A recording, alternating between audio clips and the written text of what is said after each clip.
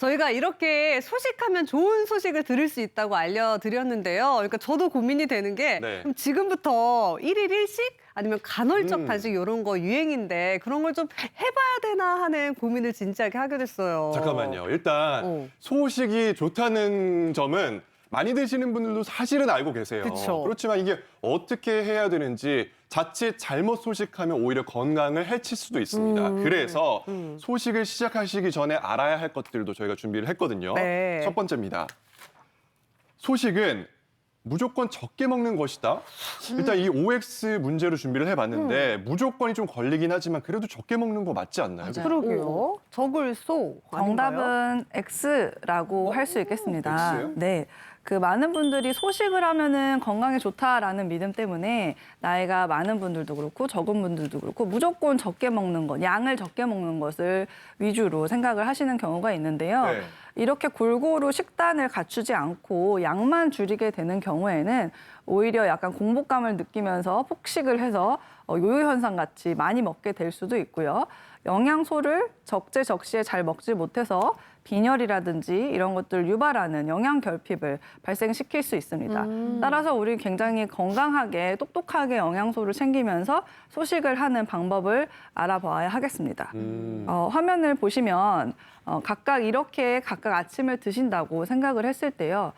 양만 보면은 사실은 채소 잡곡죽과 삶은 달걀이 훨씬 사실 먹는데도 좀 시간이 오래 걸리고 양이 더 많아 보이긴 합니다. 그쵸. 하지만 칼로리로 따지게 되면 초콜릿바와 바나나 우유 각 한 개씩은 500kcal에 해당을 하고요. 그렇게 많아요? 예, 잡곡밥과 달걀 한 개 같은 경우에는 약 300kcal 정도에 해당을 합니다. 게다가 그 구성을 살펴보게 되면 초콜릿바, 바나나 우유 같은 경우에는 우유에 함양되어 있는 소량의 단백질 외에는 거의 다 단순당, 굉장히 빨리 소화가 되고 빨리 배고프게 하는 당으로 이루어져 있고요. 잡곡밥과 계란 같은 경우에는 굉장히 느리게 소화가 되는 탄수화물과 포만감이 양질의 있죠. 단백질로 되어 있어서 포만감을 느끼고 오히려 더 많이 먹은 것처럼 느껴지게 하는 식단이라고 할 수 있겠습니다. 네, 놀랍습니다. 저희가 이제 뭐 운동을 하거나 다이어트하거나 소식할 때 음식 뒤에 있는 칼로리표 보잖아요. 보죠. 근데 이제 이걸 어떻게 줄일 수 있는지도 궁금해요, 선생님. 네. 보통 우리가 하루에 필요한 그 열량이요. 남자 같은 경우에는 2,600에서 2,400, 그리고 여자 같은 경우에는요, 2,100에서 1,900 정도 필요로 합니다. 근데 우리가 소식 그러면 얼마나? 20에서 30% 정도를 좀 적게 먹어야 되는데요. 네. 한 550kcal라고 이야기를 하고 있어요. 그러면 그럼에도 불구하고 우리가 소식 그러면 줄이는 게 아니라고 말씀하셨잖아요. 근데 다들 이 정도는 먹어야 내가 잘 먹었구나 하거든요. 바로 요상이에요. 이게 네. 칼로리가 평상시 평상시 한 700kcal 정도 되는 식사라면 진짜 제가 소식이네. 그걸 좀 소식으로 줄여봤습니다. 바로 옆에 네. 550 정도로 제가 맞춰보려고 아주 노력했습니다. 거의 네. 아니, 정말 제가 봤을 때는요, 네네. 두 식단이 너무 비슷해 보이는데 그렇죠. 이게 칼로리가 차이가 있나요? 아까랑 얘기가 다르시네요. 둘 다 맛있어 보인다고 하셨는데. 맛있어 보여요. 맞아요. 네. 맛있는데 차이가 뭐가 있냐면요. 네. 우선 쇠고기 묵국을 네. 저는요. 배추, 쇠고기 된장국으로 이렇게 넣습니다. 예. 보시면. 그리고 또 네. 어묵 볶음을요. 저는요. 시금치 나물로 해놨고요. 어묵을 그다음에 시금치로. 예. 그리고요. 여기 아침부터 먹어도 맛있는 삼겹살. 저는요. 맞아요. 두부구이로 좀 바꿔봤고요. 그 외에도 기름에 바른 김을 그냥 생김으로 생김. 살짝 부어서 오. 같이 그냥 싸서도 먹을 수 있도록 구워봤고요. 또 하나 과일 주스를요. 과일 주스를? 우유로 좀 변경해냈습니다. 물론 밥은 흰밥에서 잡곡밥으로 기본이겠죠. 네. 아니, 미세한 차이인데 진짜 네, 칼로리가 그러게요. 확 줄었을 것 같아요. 네, 그렇죠. 네네. 예, 바로 요렇게 지금 설명드렸던 것처럼 요런 방법들을 통해서 내가 소식을 할 수 있는데 좀 더 자세하게 네. 제가 전직 영양사였거든요. 영양사 모드로 해서 다시 한번 설명을 좀 드리겠습니다. 네. 자, 소식을 잘하는 방법 중에 하나 아까 방법처럼요.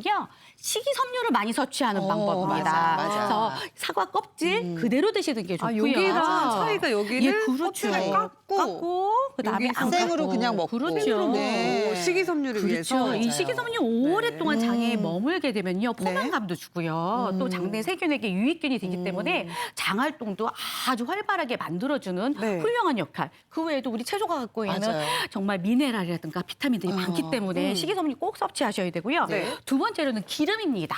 기름. 예, 기름이요. 기름. 탄수화물, 단백질, 지방 중에 네.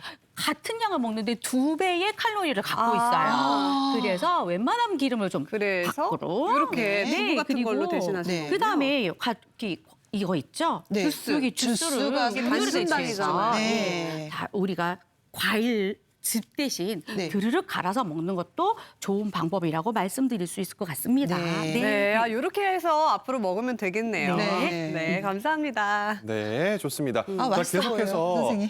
소식하기 전에 알아야 할 것 두 번째를 공개하도록 하겠습니다. 네. 자, 소식. 하루에 한 끼만 먹으면 될까요? 일단 OX 정답은 무엇인가요, 정 교수님? 네, 정답은 X입니다. 네.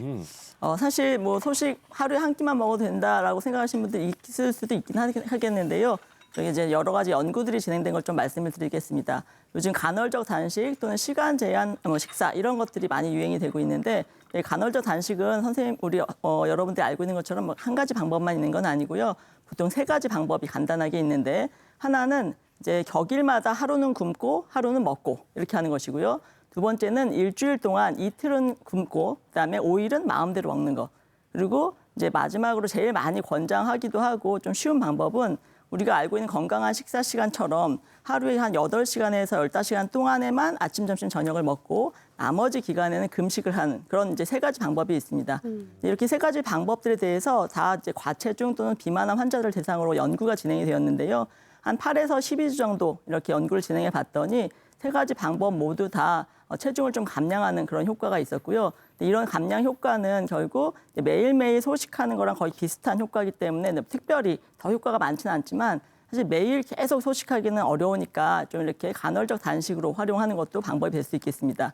그런데 이제 이렇게 해서 왜 좋아지느냐 보면은 결국 금식을 하는 기간 동안에 우리가 영양소로 사용하고 있던 포도당 대신에 이제 누적돼 있던 축적돼 있던 지방을 이제 활용하여서 에너지원으로 사용하거든요. 따라서 지방이 좀 분해되고 빠질 수 있는 그런 장점이 있고 또 대사적으로도 많은 이득이 있을 수 있습니다. 근데 문제는 모든 환자한테 다 모든 사람이 다 간헐적 단식을 해야 되느냐 그건 아니고요. 당뇨병 환자 같은 경우에는 약을 먹을 수도 있고 또 간헐적 단식을 하면서 저혈당이라든지 이런 케톤산증 이런 것들이 만들어질 수 있기 때문에 좀 조심하셔야 되고 또 고령이나 또 임산부 또 영양이 좀 충분히 필요한 분들한테서는 주의해서 하셔야 되기 때문에 자기 상태를 좀 확인하고 하시는 것이 좋을 것 같습니다. 네, 본인의 상태를 먼저 알라고 하셨는데요. 그래서 소식하기 전에 알아야 할 세 번째 관련해서 조금 더 이야기 나눠보도록 하겠습니다. 소식은 누구에게나 좋다?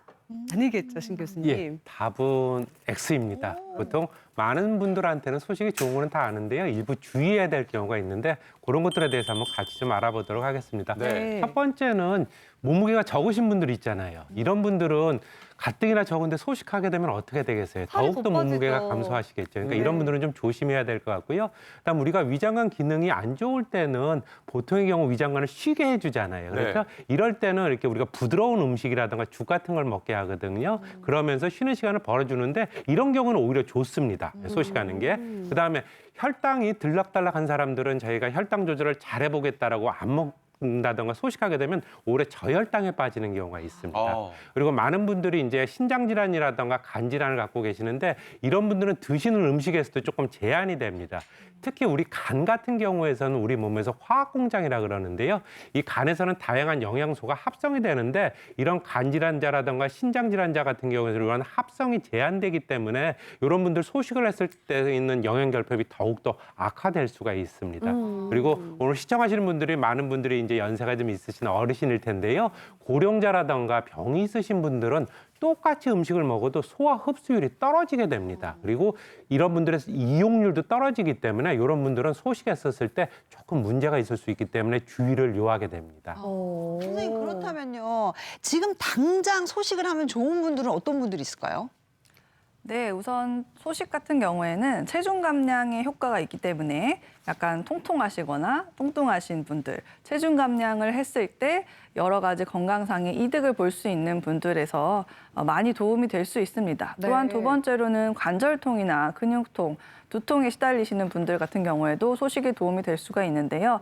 체중이 떨어지게 되면 무릎 관절, 허리 관절에 가해지는 부하가 줄어들게 되면서 무릎 통증이나 허리 통증이 좋아졌다고 말씀하시는 환자분들 굉장히 많으십니다. 네. 또한 이제 소식을 하게 되면 과식을 했을 때보다 소화도 잘 되게 되고 뭔가 더부룩하거나 이런 것들이 없어지기 때문에 숙면을 취할 수 있고 만성 피로가 좋아지기도 합니다.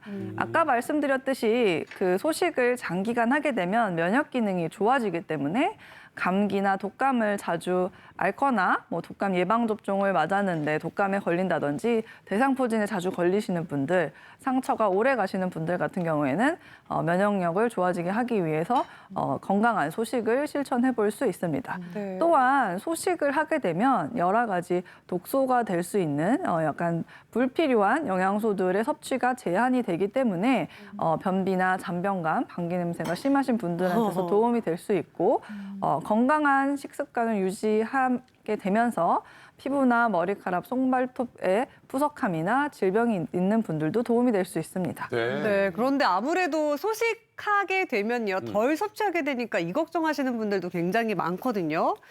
소식을 하게 되면 그렇다면 부족한 영양분, 영양제를 꼭 먹어야 된다? 어떻게 보시나요, 최 교수님? 저는 답은 X라고 말씀을 드리고 싶습니다. 네. 왜냐하면 이제 영양제를 챙겨 드시는 분들 같은 경우에는 영양제가 마치 만능 보험을 든 것처럼 생각을 하시는 맞아요. 경우가 있습니다. 하지만 영양제만으로는 채워지지 않는 부분이 사실 분명히 있는데요. 여러 가지 선전을 보면은 내가 영양제를 먹으면 모든 부분에서 다 이제 효과를 보고 필요한 걸 다 섭취할 수 있다고 생각을 하지만 아직 우리가 열심히 연구를 하고 있긴 하지만 실제로 여러 가지 영양소 중에서는 잘 알려지지 않은 성분들이 있고 실제로 이러한 잘 알려지지 않은 성분들은 영양제에 포함이 되지 않게 됩니다. 또한 영양제로 만들 수 없는 대량 영양소 중에서 좀 덩치가 커다란 영양소들 중에서 필수 지방산이라든지 필수 아미노산 같은 경우에는 영양제로 사실 굉장히 만들기 좀 어려운 제형들인데요. 이런 것들을 영양제만으로 이제 의존하려고 하게 된다면은 꼭 필요한 그런 영양소들이 빠지게 되면서 영양 결핍이 생길 수 있습니다. 네.